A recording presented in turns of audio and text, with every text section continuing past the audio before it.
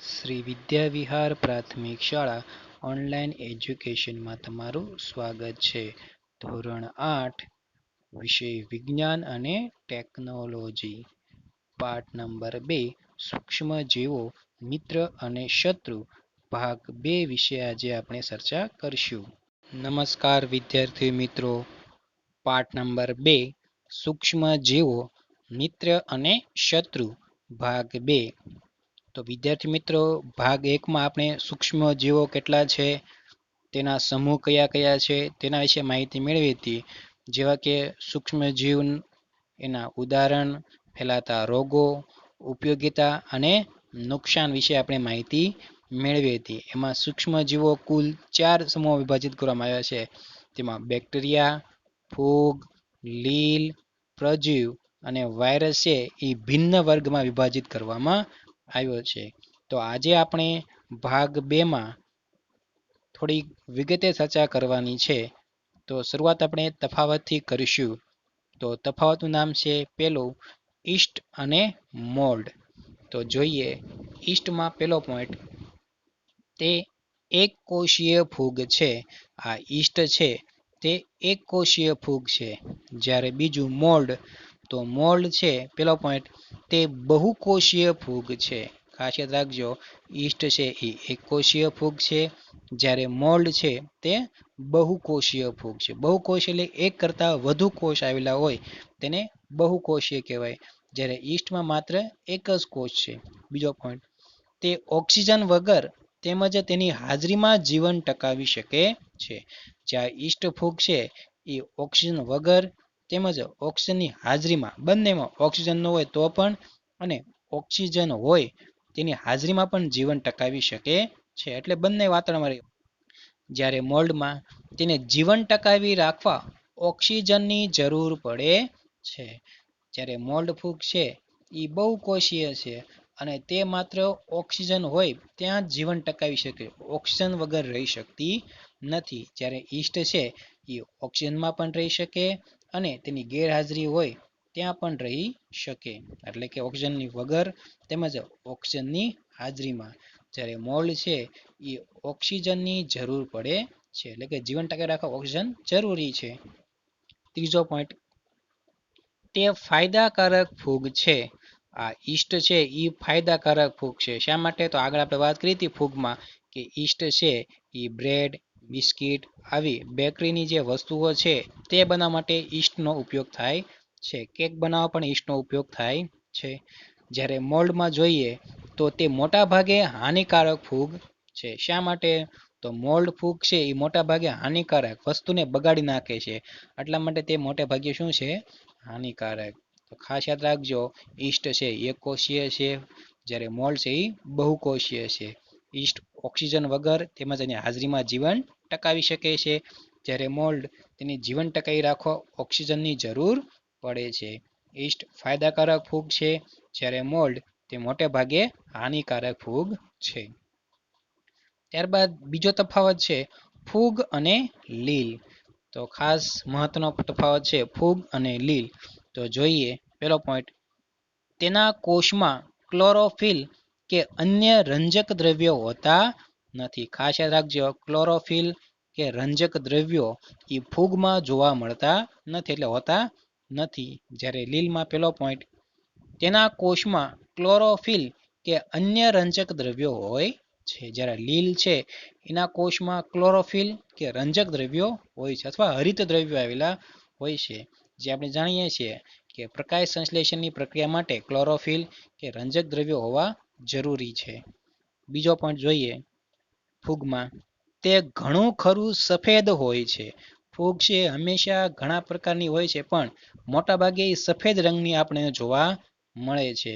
જ્યારે લીલ, તે લીલા રંગની અથવા વિવિધ રંગી હોય છે. મોટાભાગે લીલ છે માત્ર લીલા રંગની નહીં પણ વિવિધ રંગની આપણે જોવા મળે છે. ત્રીજો પોઈન્ટ ફૂગમાં, તે પરાવલંબી છે. પરાવલંબી આપણે શીખી ગયા કે પરાવલંબી એટલે કે બીજા ઉપર આધાર રાખો, પોતે જાતે ખોરાક બનાવી શકતા નથી. કોઈ બીજી વસ્તુ કે બીજી વનસ્પતિ ઉપર કે કોઈ પદાર્થ ઉપર કે વસ્તુ ઉપર આધાર રાખવો પડે છે, એટલે કે પરાવલંબી છે. જ્યારે લીલ તે સ્વાવલંબી છે, એટલે કે તે જાતે ખોરાક બનાવે છે, બીજા પર આધાર રાખવો પડતો નથી. શા માટે? તો એનામાં ક્લોરોફિલ હરિતદ્રવ્ય રંજક દ્રવ્ય આવેલું છે, જે પ્રકાશ સંશ્લેષણની પ્રક્રિયા દ્વારા ખોરાક બનાવી શકે. તો ફરીવાર જોઈએ, ફૂગ અને લીલ તેના કોષમાં ક્લોરોફિલ કે અન્ય રંજક દ્રવ્યો હોતા નથી ફૂગમાં, જ્યારે લીલમાં તેના કોષમાં ક્લોરોફિલ કે અન્ય રંજક દ્રવ્યો હોય છે. બીજું, તે ઘણું સફેદ હોય છે, એટલે ઘણું ખરું તે હંમેશા સફેદ હોય છે. જ્યારે લીલ છે લીલા રંગની અથવા વિવિધ રંગી હોય છે. ફૂગ તે પરાવલંબી હોય છે, જ્યારે લીલ તે સ્વાવલંબી હોય છે. ત્યારબાદ મહત્વનો તફાવત છે ત્રીજો, વાયરસ અને બેક્ટેરિયા. ખાસ યાદ રાખજો, આઈએમપી તફાવત છે વાયરસ અને બેક્ટેરિયા. તો જોઈએ વાયરસમાં પેલો પોઈન્ટ, અતિ સૂક્ષ્મ હોવાથી ઇલેક્ટ્રોન માઇક્રોસ્કોપ વડે જ જોઈ શકાય છે. ખાસ મહત્વનો પોઈન્ટ છે કે વાયરસ છે અતિ સૂક્ષ્મ હોય છે, જેના માટે જોવા માટે છે ડિજિટલ માઇક્રોસ્કોપની જરૂર પડે. ઇલેક્ટ્રોન માઇક્રોસ્કોપ, સાદા સૂક્ષ્મ માઇક્રોસ્કોપ આપણે જોઈ શકતા નથી. તો ખાસ અતિ સૂક્ષ્મ હોવાથી ઇલેક્ટ્રોન કે ડિજિટલ માઇક્રોસ્કોપ વડે આ વાયરસને જોઈ શકાય છે. જ્યારે બેક્ટેરિયા તે સંયુક્ત સૂક્ષ્મદર્શક વડે જોઈ શકાય છે. બેક્ટેરિયા છે એ બહુ અતિ સૂક્ષ્મ હોતા નથી, તેને જોવા માટે સૂક્ષ્મદર્શક, સાદું સૂક્ષ્મદર્શક યંત્ર વડે પણ જોઈ શકાય છે. બીજો પોઈન્ટ વાયરસમાં, તે કોષીય શરીર રચના ધરાવતા નથી. ખાસ મહત્વનું છે કે વાયરસ છે એ કોઈ કોષીય, કોઈની શરીર રચના ધરાવતા નથી. તે હંમેશા પોતાનું જે બંધારણ છે એ બદલા કરે છે. એટલા માટે આપણે COVID-19ની જે હાલમાં છે એ વેક્સિન રસી મળતી નથી, કારણ કે વાયરસનું ચોક્કસ માળખું હોતું નથી, બંધારણ શરીર રચના હોતી નથી. હંમેશા તે છે એ વાયરસ છે એ પોતાનું શરીર રચના છે એ બદલતા રહેતા હોય છે, એટલે એની શરીર રચના ધરાવતા નથી. જ્યારે બેક્ટેરિયા તે કોષીય શરીર રચના ધરાવે છે. જ્યારે બેક્ટેરિયા છે કોક નિશ્ચિત સમૂહ છે એ માળખું, તોરાની રચના છે ધરાવતા હોય છે. એટલા માટે આપણે જે COVID-19 છે એ વેક્સિન હજી સુધી મળી નથી, કારણ કે વાયરસની શરીર રચના ધરાવતા નથી, જ્યારે બેક્ટેરિયા છે એ ચોક્કસ શરીર રચના ધરાવે છે. ત્રીજો પોઈન્ટ, જે મનુષ્ય માટે હાનિકારક છે. ખાસ મહત્વનો પોઈન્ટ કે વાયરસ હંમેશા છે મનુષ્ય માટે હાનિકારક છે. અત્યારે આપણે પરિસ્થિતિ જોઈ રહ્યા છીએ કે COVID-19ના કારણે છે દિવસે દિવસે કેસમાં સતત વૈશ્વિક મહામારી છે એ વધતા રહ્યા છે કેસ. તો વાયરસ છે એ મનુષ્ય માટે ખૂબ જ હાનિકારક છે. જ્યારે બેક્ટેરિયા તે મનુષ્ય માટે ફાયદાકારક તેમજ હાનિકારક છે. આ જ્યારે બેક્ટેરિયા છે બંને છે, મનુષ્ય માટે ફાયદો પણ છે અને હાનિકારક પણ છે. ફાયદા એટલે કે દૂધમાંથી દહીં બનાવવા માટે લેક્ટોબેસિલ્સ, યાદ છે ને આગળ જોયા હતા આપણે, રાઇઝોબિયમ વાતાવરણમાંથી, મૂળમાંથી સીધું વાતાવરણ છે એ નાઇટ્રોજન લઈને મૂળમાં સ્થાપન કરે છે. તો લેક્ટોબેસિલ્સ, રાઇઝોબિયમ, સ્પીડોમોનાસ આ બધા જે છે બેક્ટેરિયા એ સજીવો માટે ફાયદાકારક છે અને અમુક હાનિકારક પણ રહેલા છે, જે રોગ પણ ફેલાવે છે. તો આ હતું વાયરસ અને બેક્ટેરિયા. તો જોઈએ, અતિ સૂક્ષ્મ હોવાથી ઇલેક્ટ્રોન માઇક્રોસ્કોપ વડે જ જોઈ શકાય છે વાયરસને, જ્યારે બેક્ટેરિયા સંયુક્ત સૂક્ષ્મદર્શક વડે જ જોઈ શકાય છે. બીજો પોઈન્ટ, તે કોષીય શરીર રચના ધરાવતા નથી, જ્યારે બેક્ટેરિયા કોષીય શરીર રચના ધરાવે છે. ત્રીજો, તે મનુષ્ય માટે હાનિકારક છે, જ્યારે બેક્ટેરિયા તે મનુષ્ય માટે ફાયદાકારક તેમજ હાનિકારક પણ છે. તો ત્રણ તફાવત છે, ઈસ્ટ અને મોલ્ડ, ફૂગ અને લીલ, વાયરસ અને બેક્ટેરિયા. હવે આપણે જોવાના છે વૈજ્ઞાનિક કારણો. આ પાઠના જે મહત્વના વૈજ્ઞાનિક કારણો છે તેના વિશે આપણે ચર્ચા કરવાની છે. તો કારણ નંબર 1, પેલું, સૂક્ષ્મ જીવો સજીવોના મિત્ર તેમજ દુશ્મન કહેવાય છે. પેલું કારણ છે કે સૂક્ષ્મજીવો છે એ શા માટે સજીવોના મિત્ર તેમજ દુશ્મન કહેવાય છે. તો જોઈએ પેલો પોઈન્ટ કે સૂક્ષ્મજીવો મનુષ્ય અને અન્ય સજીવોને ઉપયોગી છે. આગળ આપણે ચર્ચા કરી હતી ભાગ 1માં કે અમુક સૂક્ષ્મજીવો છે એ મનુષ્ય અને સજીવોને ઘણી રીતે ઉપયોગી છે, બરોબર, દવાઓ બનાવવા માટે, બેકરીની વસ્તુઓ બનાવવા માટે. આમ મનુષ્ય અને સજીવોને ઉપયોગી છે, એટલા માટે આપણા શું છે તે મિત્ર છે. બીજો પોઈન્ટ, આ ઉપરાંત તે સજીવોમાં રોગનો ફેલાવો કરી હાનિકારક પણ છે. તેથી સૂક્ષ્મજીવો સજીવના મિત્ર તેમજ દુશ્મન કહેવાય છે.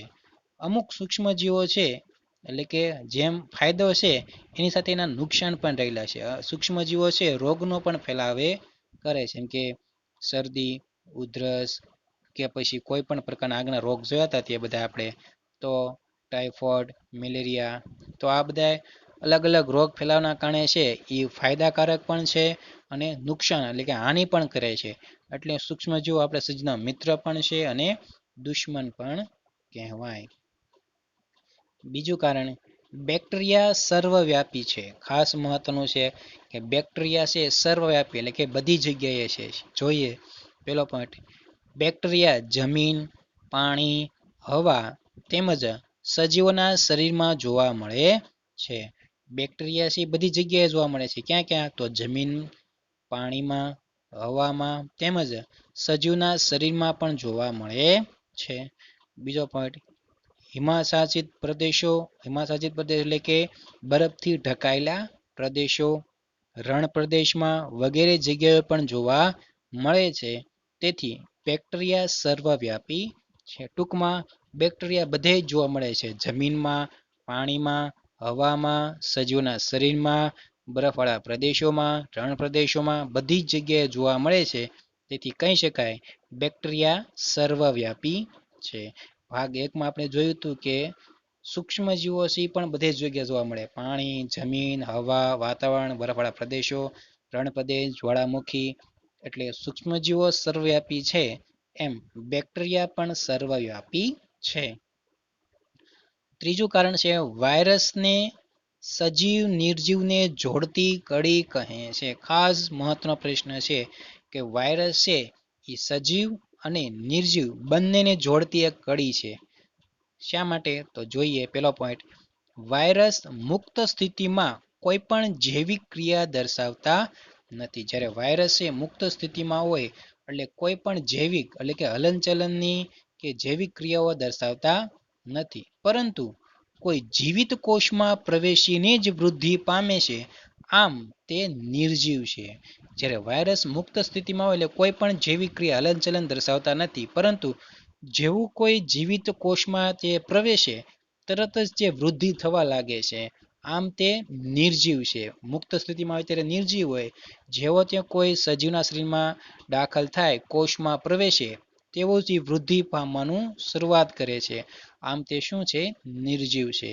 બીજું, જો તેને યજમાન કોષ મળે તો, યજમાન એટલે કે મહેમાન, જો એને કોઈ બીજા શરીર મળી જાય અંદર પ્રવેશ કરવા માટે, તો તેનો ઉપયોગ કરી પોતાના જેવો નવા વાયરસ બનાવે છે અને સજીવ તરીકે વર્તે છે. આમ બંને ગુણધર્મ ધરાવે છે. તેથી વાયરસને સજીવ નિર્જીવને જોડતી કડી કહે છે. જેવું તેને કોઈ યજમાન એટલે કે મહેમાન કોષ મળી જાય, બીજા શરીર મળી જાય, જેવો અંદર કોષમાં એ પ્રવેશ કરે એટલે પોતાને જેવો એક નવો વાયરસ છે એ બનાવવા લાગે છે એટલે કે બનાવે છે. એટલે તે સજીવ તરીકે વર્તે છે. આમ વાયરસ છે એ નિર્જીવ અને સજીવ બંને ગુણધર્મ ધરાવે છે. તેથી વાયરસને સજીવ નિર્જીવને જોડતી કડી કહે છે. નંબર 4, લીલ સ્વયંપોષી સજીવ છે. શા માટે? તો જોઈએ, તેના કોષોમાં ક્લોરોફિલ એટલે કે રંજક દ્રવ્ય નામનું રંજક દ્રવ્ય હોય છે. લીલમાંના કોષમાં છે, લીલના કોષમાં ક્લોરોફિલ નામનું રંજક દ્રવ્ય આવેલું હોય છે. બીજો પોઈન્ટ, તે સૂર્યપ્રકાશની હાજરીમાં પ્રકાશ સંશ્લેષણની ક્રિયા દ્વારા લીલ કાર્બનિક દ્રવ્યો ઉત્પન્ન કરે છે. જે સૂર્યપ્રકાશની હાજરીમાં, કારણ કે ક્લોરોફિલ છે એ સૂર્યપ્રકાશની હાજરીમાં પ્રકાશ સંશ્લેષણની ક્રિયા દ્વારા લીલ કાર્બનિક દ્રવ્ય એટલે કે પોતાનો ખોરાક ઉત્પન્ન કરે છે. ત્રીજો પોઈન્ટ, આ કાર્બનિક દ્રવ્યોનો તે ખોરાક તરીકે ઉપયોગ કરે છે, જાતે પોતાનો ખોરાક બનાવે છે. તેથી લીલ સ્વયંપોષી સજીવ છે. તો જે કોષોમાં ક્લોરોફિલ રંજક દ્રવ્યો આવેલા હોય તે સૂર્યપ્રકાશની હાજરીમાં પ્રકાશ સંશ્લેષણની ક્રિયા દ્વારા કાર્બનિક દ્રવ્યો એટલે કે ખોરાક બનાવે છે અને આ દ્રવ્યોને છે એ વનસ્પતિ પોતે ખોરાક તરીકે ઉપયોગ કરે છે, જાતે પોતાનો ખોરાક બનાવે છે. તેથી લીલ છે એ શું છે? સ્વયંપોષી સજીવ છે. પાંચમું કારણ, રોગચાળો ચાલતો હોય ત્યારે પાણી ઉકાળીને પીવું જોઈએ. ખાસ મહત્વનું છે. અત્યારે ચોમાસું ચાલે છે તો ચોમાસામાં વરસાદના કારણે છે એ ગટરમાં છે એ પાણી બધું મિશ્રણ થઈ જતું હોય છે. દૂષિત પાણી અને શુદ્ધ પાણી નળના કનેક્શન છે એ લીકેજ થવાથી કે તૂટી જવાથી કે વરસાદનું પાણી અંદર જવાથી પ્રેશર થવાથી લાઈન તૂટી જાય છે. એટલે ગટર અને નળનું પાણી મિશ્રણ થવાથી એમાં રોગ જંતુઓ, રોગચાળાના જે જીવજંતુઓ હોય છે, સૂક્ષ્મ જીવો, એમાં મિશ્રણ પામે છે. એટલે હંમેશા જે નળનું પાણી આપણા ઘરે આવતું હોય એને હંમેશા આપણે ઉકાળીને ગરમ કરીને જ પીવું જોઈએ, અથવા ક્લોરીનની ટીકડી નાખીને કે ફટાકડી નાખીને જ પાણીને શુદ્ધ કરીને જ પીવું જોઈએ. તો શા માટે રોગચાળો ચાલતો હોય ત્યારે પાણી ઉકાળીને પીવું જોઈએ? ડૉક્ટર પણ આપણે સલાહ આપતા હોય છે. તો જોઈએ, રોગચાળામાં દર્દીના કપડાં, વાસણ, મળમૂત્ર વગેરે દ્વારા રોગના સૂક્ષ્મ જીવો જળાશયોના પાણીમાં દાખલ થાય છે. જ્યારે રોગચાળો ચાલતો હોય, અત્યારે હાલે છે COVID-19, બરોબર ને? તો આ કોરોના કારણે કોરોના દર્દીને છે એના કપડાં, એના સંપર્ક આપણે કરતા નથી, વાસણ, મળમૂત્ર વગેરે રોગના સૂક્ષ્મ જીવો છે એ જળાશયોના, એટલે કે પાણી જ્યાં ભરાતું હોય ત્યાં, કે હેડપંપ હોય કે તળાવ હોય, નદી હોય, એના પાણીમાં દાખલ થાય છે. કારણ કે એના કપડાં ધોઈએ, વાસણ ધોઈએ તો જે દર્દીએ જમ્યા હોય, ખાધા હોય, કપડાં પહેર્યા હોય એમાં પણ સૂક્ષ્મ જીવો છે એ રહી જતા હોય છે. એટલે એ કપડાં ધોવાથી કે વાસણ ધોવાથી પાણી સાથે છે એ આવા જળાશયો, તળાવ, નદીમાં જાય અને પાણીમાં શું થાય છે? દાખલ થાય છે. આવું દૂષિત પાણી પીવાથી રોગ લાગુ પડે છે.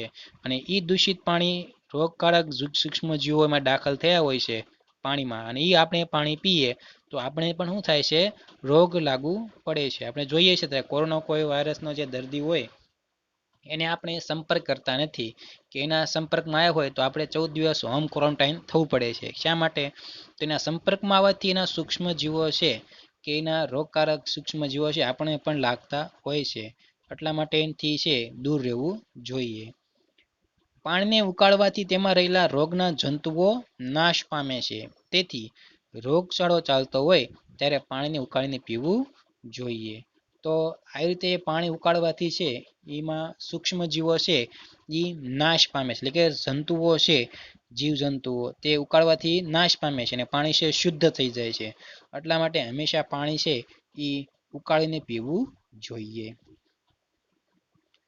પ્રશ્ન વૈજ્ઞાનિક કારણ નંબર 6, ખોરાક હંમેશા ઢાંકેલો રાખવો જોઈએ. ખાસ મહત્વનો છે, રોગચાળાનું જે મુખ્ય જે પ્રજીવ તરીકે ખોરાકમાં રોગ ફેલાવતું હોય છે તો માખી અને મચ્છર. મેન માખી છે. તો આપણા જે ઘરે હોય કે બહાર હોય હંમેશા ઢાંક્યા વગર ખુલ્લો ખોરાક ખાવાનું ટાળવું જોઈએ. કારણ કે ખુલ્લા ખોરાકમાં માખીની બેરતા હોય તો એ રોગ ફેલાવાનું કામ કરતા હોય છે.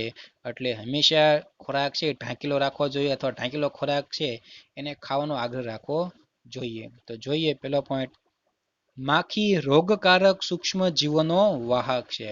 સૌથી વધુ જો રોગ કોઈ ફેલાવતું પ્રજીવ હોય કે કોઈ વાહક હોય તો તે માખી છે.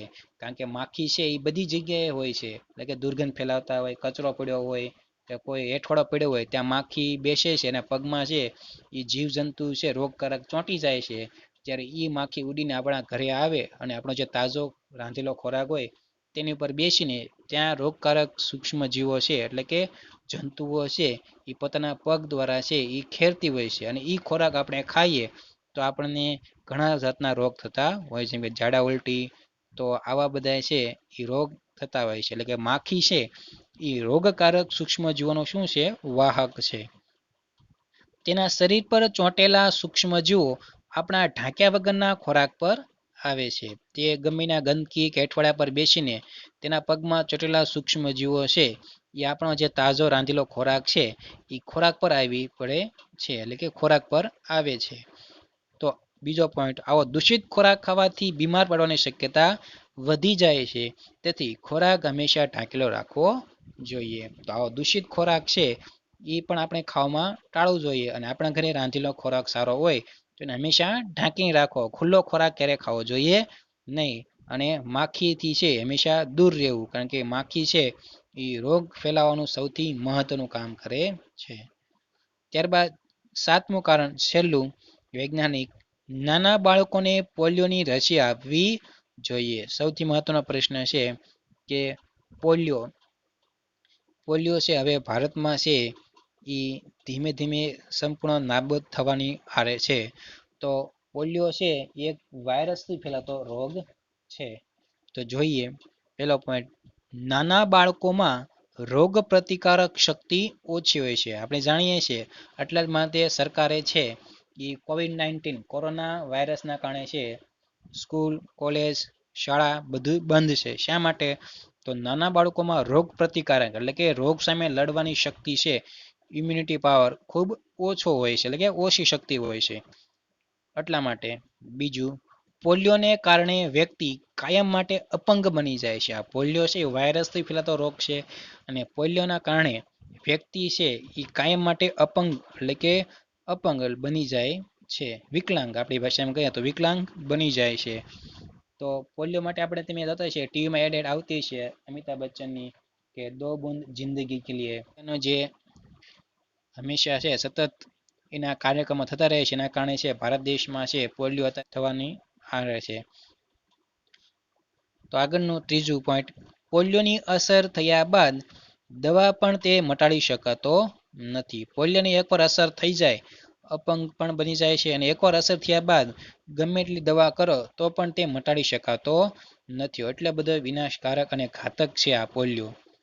આગળનો પોઈન્ટ, બાળકોને પોલિયોની રસી પીવડાવવાથી તેને ભવિષ્યમાં પણ પોલિયોની સંભાવના રહેતી નથી. એટલે હંમેશા છે એ સરકાર દ્વારા છે એ જાગૃતિ માટે બાળકોને છે એ મહિને 2 મહિને છે પોલિયોની હોય છે વેક્સિન, એટલે કે ટીપા પીવડાવવામાં આવે છે. ઘરે ઘરે પણ આશા વર્કર બહેનો, હેલ્થ વિભાગના ઓફિસરો કે કાર્યકર્તા આશા વર્કર બહેનો એ ઘરે ઘરે આવીને નાના બાળકો 5 વર્ષથી નાના બાળકો છે એને પોલિયોના બૂંદ છે એ ટીપા પીવડાવતા હોય છે. કારણ કે પોલિયો પીવડાવવાથી છે એને ભવિષ્યમાં પણ પોલિયોની સંભાવના અસર રહેતી નથી. એટલા માટે નાના બાળકોને છે પોલિયોની રસી આપવી જોઈએ.